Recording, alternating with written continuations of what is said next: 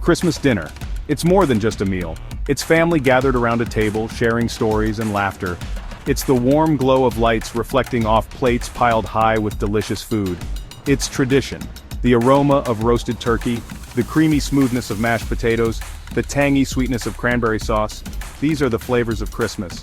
These aromas and tastes transport us back to childhood, to memories of holidays past, and remind us of the enduring power of family and togetherness. With a little planning, some simple techniques, and maybe a bit of Christmas spirit, you can craft a meal that will have everyone at your table feeling the love.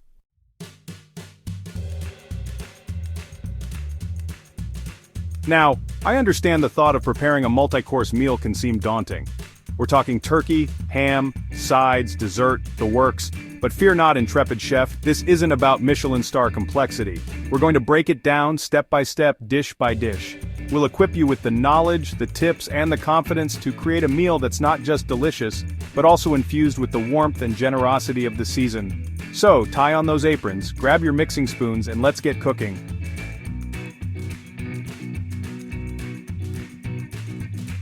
Alright folks, let's talk turkey. This big bird is the headliner of our Christmas feast, so we gotta do it right. First things first, pick a turkey that fits your crowd. A good rule of thumb is about 1 to 1.5 pounds of turkey per person. Now preheat your oven to 325 degrees Fahrenheit. This lower temperature ensures even cooking throughout the bird, preventing that dreaded dry turkey syndrome.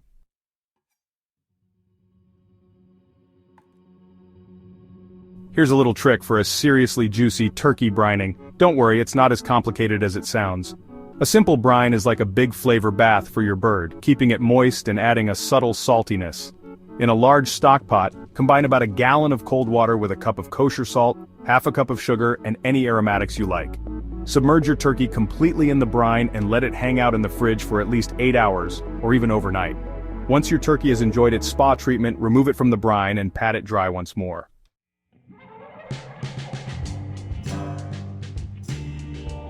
No Christmas turkey is complete without a delicious stuffing, and we're going for maximum flavor here. Start by sautéing some diced onions, celery, and your favorite kind of sausage in a bit of butter. Once the vegetables have softened and the sausage is cooked through, transfer the mixture to a large bowl. Now add your bread cubes. Toss everything together with some chicken broth, melted butter, chopped fresh herbs like sage and thyme, and a handful of dried cranberries for a touch of sweetness. Spoon the stuffing loosely into the cavity of your brined turkey. If you have any leftover stuffing, you can bake it separately in a greased casserole dish.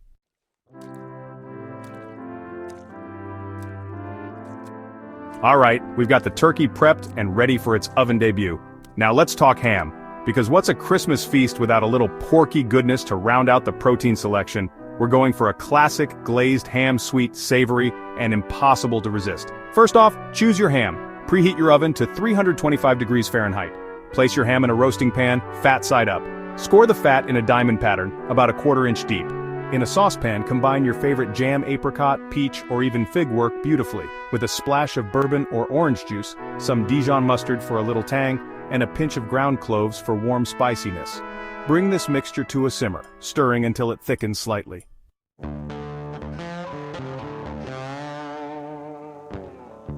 While the ham is working its magic in the oven, let's turn our attention to a side dish that's as comforting as a warm hug mashed potatoes. Start with about 5 pounds of russet potatoes.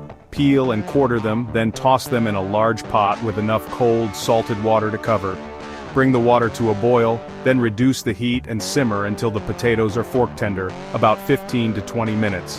While the potatoes are cooking, warm up a combination of milk and heavy cream in a saucepan. Once the potatoes are tender, drain them well, and return them to the pot. Using a potato masher or a ricer, break down the potatoes until they're mostly smooth.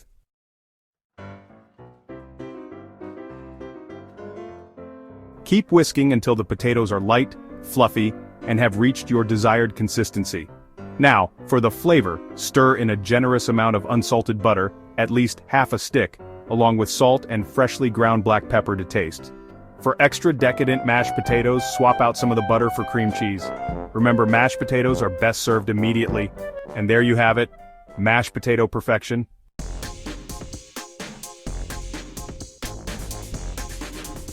Alright, gravy time. This isn't just some afterthought, folks. Gravy is the velvet robe that ties the whole Christmas dinner together. We're talking about real deal homemade gravy, made with love, and a little turkey drippings. Once that magnificent turkey emerges from the oven, carefully transfer it to a cutting board and let it rest. See that glorious pan of turkey drippings? That, my friends, is liquid gold. Skim off as much of the fat as you can from the roasting pan. Now place the pan on the stovetop over medium heat. Sprinkle in about 1/4 cup of all-purpose flour, whisking constantly.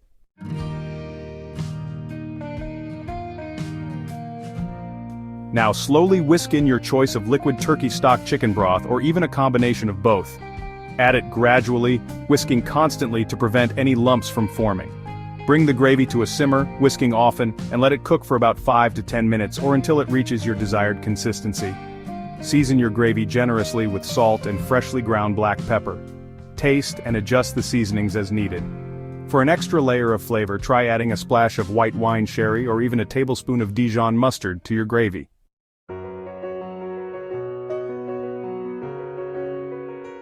No Christmas dinner is complete without a basket overflowing with warm, crusty rolls. And while I always encourage baking from scratch, sometimes you need a little shortcut. That's where those trusty frozen rolls come in handy. Start by choosing your favorite type of rolls: classic dinner rolls, buttery croissants, or even those adorable Parker House rolls. Brush the bottom of the dish with melted butter, then sprinkle in some fresh herbs like rosemary and thyme, or even a few minced garlic cloves. Arrange the rolls in the prepared baking dish, cover them loosely with plastic wrap, and let them rise in a warm, draft-free place until doubled in size. While the rolls are rising, preheat your oven according to the package directions. Once the rolls have doubled in size, bake them until they're golden brown and cooked through.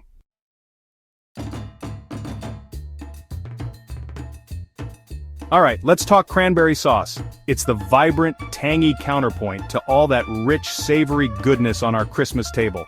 First off, grab yourself a bag of fresh cranberries. In a saucepan, combine those ruby red jewels with some sugar, a splash of orange juice, and a pinch of spice. Place the saucepan over medium heat, and let the cranberries work their magic. Stir the mixture occasionally just to make sure everything is getting friendly, and the sugar is dissolving nicely.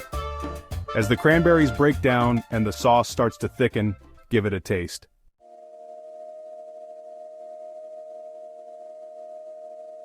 Once you've nailed that classic cranberry sauce, why not get a little adventurous? For a touch of elegance, try adding a splash of orange liqueur, like Grand Marnier or Cointreau, to the sauce in the last few minutes of cooking. If you're feeling really fancy, consider adding some chopped nuts to your cranberry sauce. And for those who like a little heat with their sweet, a pinch of cayenne pepper or a diced jalapeno pepper will add a fiery kick to your cranberry sauce.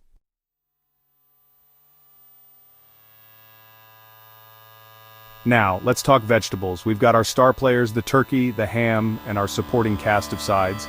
But no Christmas dinner is complete without a healthy dose of veggie goodness. Choose your favorites: Brussels sprouts, carrots, parsnips, broccoli, sweet potatoes, and give them a good wash and chop. Toss them in a bowl with a generous drizzle of olive oil, a sprinkle of salt and pepper, and any herbs or spices that tickle your fancy.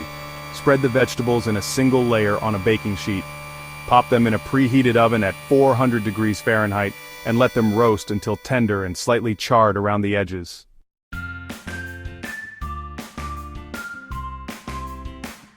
Here's a pro tip for perfectly roasted vegetables. Don't overcrowd the pan. If necessary, use 2 baking sheets to give your vegetables plenty of space to breathe. A sprinkle of smoked paprika adds a smoky depth to root vegetables, while a drizzle of maple syrup brings out the natural sweetness of Brussels sprouts. Let them cook undisturbed for the first 15 minutes or so. Then, give them a good toss and continue roasting until they're tender and cooked through.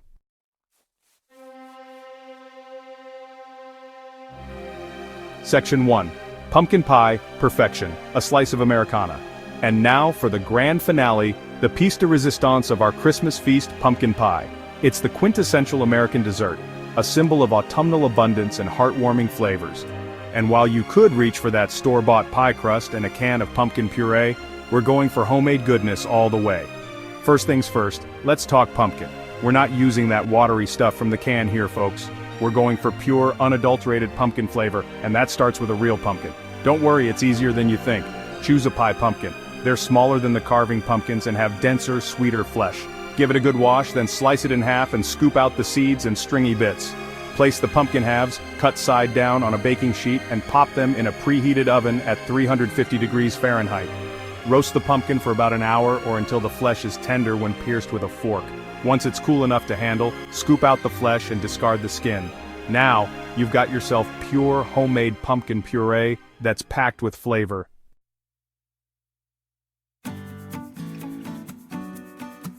Section 2 Crust Control, Mastering the Foundation. While the pumpkin is roasting, let's turn our attention to the crust. A flaky, buttery pie crust is the foundation of a great pumpkin pie, and we're not cutting any corners here. This is where a little patience and a good egg beater come in handy. In your mixing bowl, combine some all-purpose flour, a pinch of salt, and a generous amount of cold cubed butter. Blend the mixture with the egg beater until it resembles coarse crumbs. Now here's the secret to a flaky crust ice water. Slowly drizzle in ice water, a tablespoon at a time, blending with the egg beater until the dough just comes together. Don't overwork the dough. Too much handling will make the crust tough. Form the dough into a disc, wrap it tightly in plastic wrap, and refrigerate it for at least 30 minutes. This chilling time allows the gluten to relax, resulting in a more tender crust.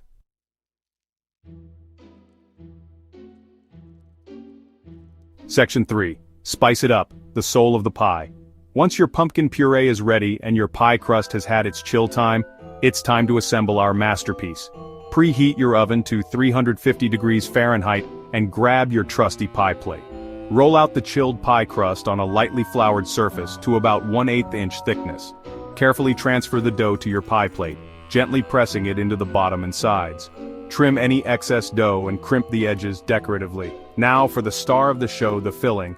In a large bowl, whisk together your homemade pumpkin puree, sweetened condensed milk, eggs, and a symphony of spices. We're talking cinnamon, ginger, nutmeg, cloves, all the warm, comforting flavors of fall. Don't be shy with the spices. They're what give pumpkin pie its soul. Pour the spiced pumpkin filling into the prepared pie crust. For a professional touch, place the pie plate on a baking sheet to catch any drips. Now, into the preheated oven it goes. Bake the pie for about 45 to 55 minutes, or until the filling is set around the edges and just slightly jiggly in the center.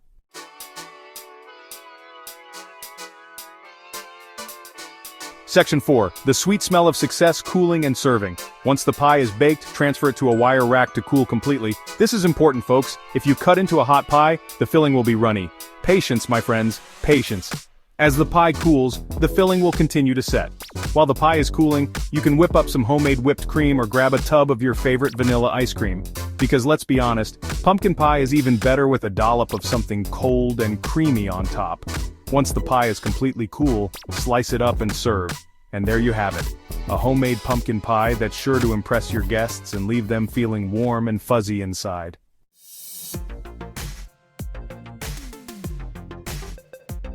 Section 1. A Christmas Dinner Triumph, Memories Made and Flavor Savored.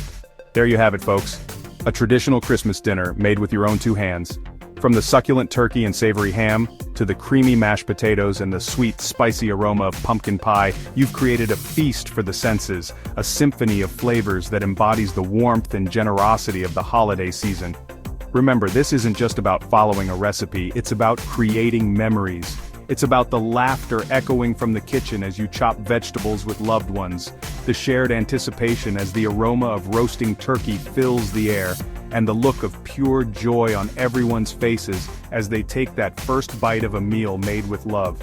So this year, embrace the tradition, gather your family and friends, put on some festive music, and let the magic of Christmas cooking transform your kitchen into a haven of warmth, laughter, and unforgettable flavors.